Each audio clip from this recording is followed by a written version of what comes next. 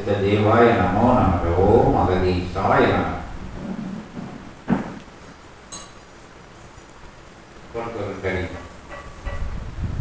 அகத்திய பெருமகனாரும் நாராயண பெருமானும் சிவமகாவாலை சித்தனும் உரையாடும் போது ஒட்டுமொத்த கணங்கள் எல்லாம் அவர்களுக்குள்ளிருந்து எழுந்து ஆர்ப்பாடமிட்டு அற்புத ஆசி வணங்கி நின்ற கோலம் சபையின் பொற்காலம் தொடங்கிவிட்டது. அற்புதமான அத்தகைய சோதனை காலகட்டங்களை எல்லாம் வென்று மகா சபை கண்டு மகத்துவம் புரிகின்ற அற்புதமான தருணங்கள் மிக அருகாமையில் வந்துகிட்டு இருக்கு. சிவசபையோட சீடர்கள்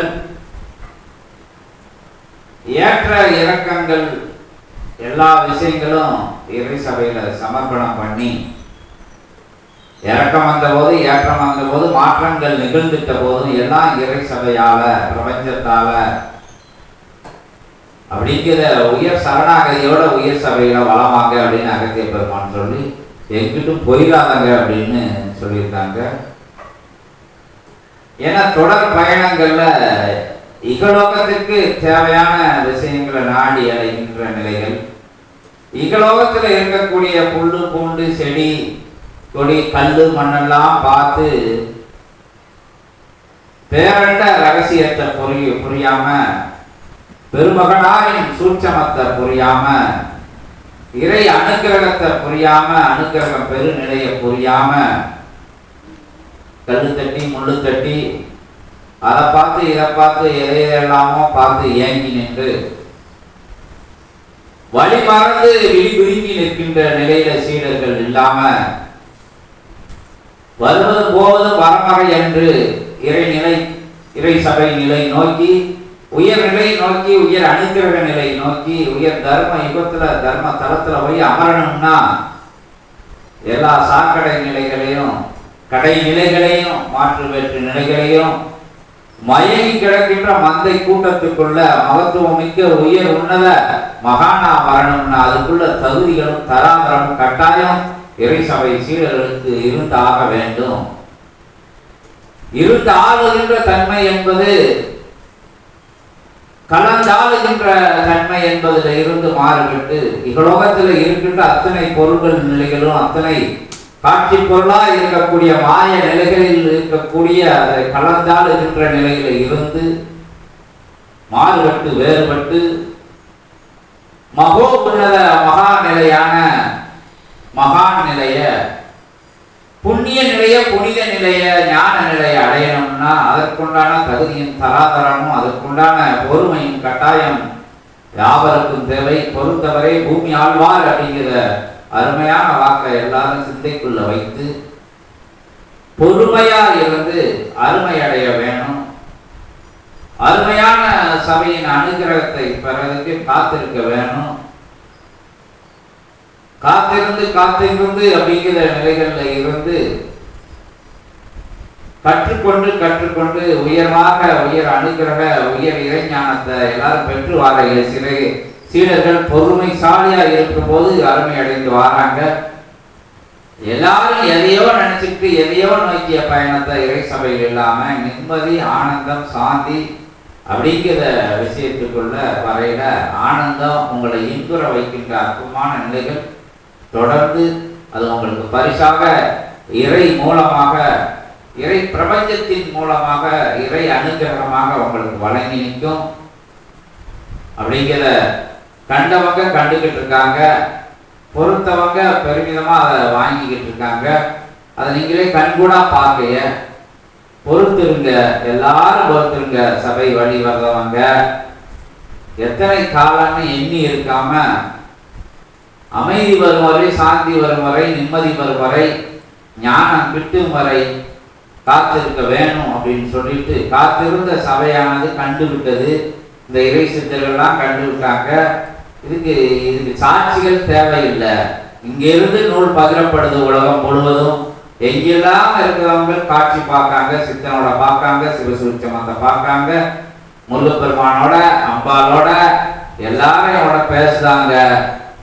இங்க வந்து அது சாட்சியா சொல்லுவாங்க. அதெல்லாம் நீங்க எல்லாரும் பார்த்துக்கிட்டு தான் வாரைய. இறைநூல் வழியாகவும் இறைநூல் ஆட்சிங்கிறது அது இது மாதிரி ஒரு இடத்துல எங்கேயாச்சும் இருந்தா சொல்லுன்னு சித்தர்கள் சவால் விட்டு சொல்லுதாங்க. சித்தர்கள் இறைவனை எல்லாருமே சேர்ந்து சவால் விட்டு சொல்லக்கூடிய தடம். உணர்ந்துக்கோங்க, உயர்ந்துருங்க. ஏன்னா யுகம் மாறிக்கிட்டு இருக்கு. எங்கேயா போய் சிக்கி சின்ன ஆயிடாதங்க. அது வருது இது வருது என்னமெல்லாமோ வருதுங்க. பயங்காட்டல மீட்டெடுங்க. உங்களுக்கு எதிர்காலங்கள் குழந்தைகளாக இருக்கு, உங்களுடைய சொத்து சுகங்களா இருக்கு, உங்களுடைய அந்த வாங்கி போட்ட இடங்களாக இருக்கு அப்படின்னு நீங்க நினைச்சுக்கிட்டு இருக்கீங்கள. இதெல்லாம் மாய நிலைகள். நீங்க செஞ்சு வச்சுக்கிட்ட புண்ணிய நிலைகள் தான் உங்களுக்கு சொத்து சுகமாகவும் உங்க பிள்ளைகளுக்கும் காப்பாகவும் இருக்கும். நல்ல தர்ம சிந்தனையுள்ள தவ சிவ சிந்தனையுள்ள சித்த மார்க்க சிந்தனையுள்ள ஞான மார்க்க சிந்தனையுள்ள குழந்தைகள் உங்க இல்லங்கள்ல தவழும் போது அதெல்லாம் நீங்க அவருக்கு செஞ்சு வைக்கக்கூடிய டெபாசிட் அசையா சொத்து எல்லாமே அதுக்குள்ளதான் அடக்கம் அப்படிங்கிறத சொல்லி, எல்லா விஷயங்களும் இல்லாம ஆரோக்கிய நிலைகள் தடைபட்டு போயிட்டா ஒன்றும் செய்ய முடியாது. குணநலங்கள் மாறிவிட்டா ஒன்றும் செய்ய முடியாது. இருக்கின்ற நண்பர்களோட சூழ்ச்சிகளுக்குள்ள சிக்கிக்கிட்டா ஒன்றும் செய்ய முடியாது. அந்த இணையால் துணையால் இணையானவங்களோட சூழ்ச்சி வலைகளுக்குள்ள சிக்கிக்கொள்ளக்கூடாது. நல்ல கணவன், நல்ல மனைவி, நல்ல எதிர்காலம் அமையிருக்கு. புண்ணியங்கள் குழந்தைகளையும் செய்ய சொல்லணும், நீங்களும் செஞ்சு நிற்கணும். அதுதான் உயர்வான சொத்து, அசைக்க முடியாத சொத்து. அங்க போட்டது இங்க போட்டது, அங்க வாங்கி போட்டது இங்க வாங்கி போட்டது எது கிடையாது. அதை வச்சுக்கோங்க. அதோட உயர்வா புண்ணியங்கிற சொத்தை உங்க குடும்பத்துக்குள்ள நீங்க பகிரணும். கட்டாயம் அதுக்கு நீங்க வழிகாட்டி நிற்கணும். அதுக்கு இறை சபை உங்களுக்கு வழிகாட்டுது. இறை சபையோட பயன்பட்டு வாங்க.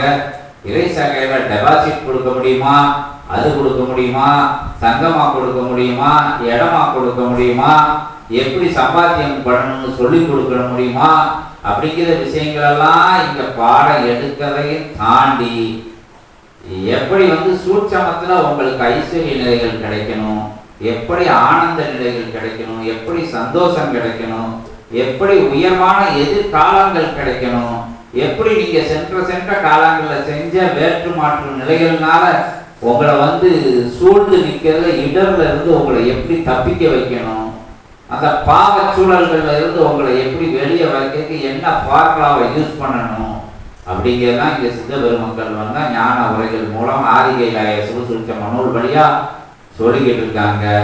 இறை சபையோட சூட்சமத்தையும் உங்களுக்கு சொல்லிக்கிட்டு இருக்காங்க. அது எதுனால இங்க இந்த விஷயங்கள் நடக்கு, ஏன் இந்த சபை இவ்வளவு பெருசு, ஏன் சித்தனுக்கு இவ்வளவு ஆற்றல், அதெல்லாம் மாறி மாறி சொல்லிக்கிட்டு இருக்காங்க. இன்னும் சொல்லிக்கிட்டே இருப்பாங்க.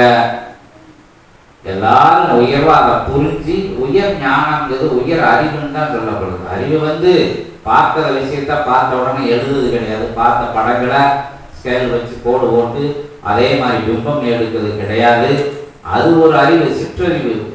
சிற்றறிவுனா இகலோகத்துக்கு தேவையான விஷயங்கள், இங்க தேவையான விஷயங்கள். அந்த பரலோகத்துக்கு உயர் மகா பிரபஞ்ச அந்த இடத்துக்கு அந்த இடத்துக்கு அதான் மாறதுக்கு உண்டான அறிவை தான் சித்தர்கள் இங்க போதனையா கொடுக்காங்க.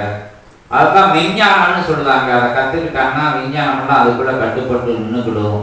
இகலோகத்துல இருக்கக்கூடிய அந்த கற்ற அறிவு அப்படிங்கிறது கல்லா நிலையில அமைதியா இருக்கும்போது அந்த அறிவு உங்களுக்குள்ள புகுத்தப்படுது. பிரபஞ்சமே உங்களுக்குள்ள அற்புதமா அமர்ந்து பிரபஞ்ச அறிவை கொடுக்கு. அதைத்தான் பிரபஞ்ச மகா அகத்திய வாழை சித்த சபையிலிருந்து சித்தர்களும் ஞானிகளும் யோகிகளும் மகான்களும் ஏன் சிவபெருமானே அதுதான் போதனையா பண்ணிக்கிட்டு இருக்காரு. அதுதான் சாதனையா ஆக்கிட்டு இருக்காங்க. சிவசபையில சாதனையில கலந்துக்கோங்க. யுகத்தை மாற்றக்கூடிய சாதனையில சோதனைகளை வென்று சிவசபை தர்ம யுகத்துல உட்கார்ந்துருச்சு. பொறுமையா இருக்கும். தர்ம யுகத்தோட பயணப்பட அகத்திய பெருமானை வேண்டி, சிவபெருமான வேண்டி, அத்துணை ஜனங்களையும் வேண்டி 27,000 கோடி லோகங்களின் ஆற்றலை எல்லாம் வணங்கி, பரந்தாமனோட 10 அவதார நிலைகளை வணங்கி, சத்யநாராயண கோலத்தை வணங்கி, கல்கி அவதாரத்தையும் வணங்கி, 11,000 யுகமா தவம் இருக்கின்ற சிவமகா வாழை சித்தனோட பேராற்றலை வணங்கி, மொத்தத்துல பிரபஞ்சத்தை வணங்கி, பிரபஞ்ச சபையை வணங்கி, வணங்கிறதுக்கு தீட்டில்லாத நிலை நான் என்கின்ற அற்புதமான நிலை தான். நானோட வர்றவங்க தீட்டா ஒதுக்கி வைக்கப்படுவாங்க. சிவசபைக்கு தீட்டு நான் தான், இங்க வேற எந்த தீட்டும் இல்லைன்னு அகத்திய பெருமான் சொல்லியிருக்காரு. நானை கலட்டி வச்சுட்டாங்க, உங்களை தொலைச்சிட்டாங்க, உங்களை இழந்துட்டு வாங்க, எங்களை பார்க்கலாம் அப்படின்னு இறைவன் சொல்ற இடமா, சித்தர்கள் சொல்லுற இடமா, சிவசூட்சமா நூல் உட்கார்ந்துருக்கிற இடமா இந்த இடம் இருக்கு. எல்லாத்தையும் வென்று கழித்து கழிநிலையெல்லாம் கழித்து உயர்நிலையை உங்களுக்குள்ள வச்சு உயர் சரணாகதியோடு இறைநிலை அடையனா இறைவனுக்குள்ள தகுதி நமக்கு வேணும். மாறி மாறி சொல்லப்படுது. இவர் இறைவன் அன்பே வடிவானவர் தான் இறைவர். அதுக்குள்ள அத்துணை நிலைகள் இருக்கு. மன்னித்தல் இருக்கு, மரத்தில் இருக்கு, காத்தல் இருக்கு. எல்லா விஷயங்களும் அன்புங்கிற அற்புதமான நிலைக்குள் இருக்கு. அழித்தல் அப்படிங்கிறது நல்ல விஷயங்களை எது தொந்தரவு பண்ணுதோ அது அழிக்கப்படும். நல்ல விஷயங்களை எது வளரலாம கெடுக்கோ அந்த விஷயங்கள் வேறு இருக்கப்படும். அதாவது வினைகள் வேறு இருக்கப்படும். மற்ற எல்லா விஷயங்களையும் இங்கிருந்து சித்தர்கள் தேவர்கள் கொடுக்காங்க. இறைத்தன்மையோட வாங்க, இறைத்தன்மையோட வரணும்னு நினைக்க, இறைத்தன்மையோட பயணப்படுவீங்க அப்படின்னு தான் இங்கே சித்தர்கள் சொல்லிக்கிட்டு இருக்காங்க. அற்புதமான நேரத்தில் அனுக்கிரகங்கள் கொடுத்து அருளாசி கொடுத்த பரந்தாமனுக்கும் அகத்திய பெருமானுக்கும் சிவமகா வாழை சித்தருக்கும் மற்ற எல்லா கணங்களுக்கும் நன்றி கூறி ஞான வினாக்கள் ஏதாச்சும் தவ வினாக்கள் ஏதாச்சும் இருந்தால் அகத்திய பெருமான்கிட்ட கேட்டுக்கோங்க. ஓம் அகதி சாய நம.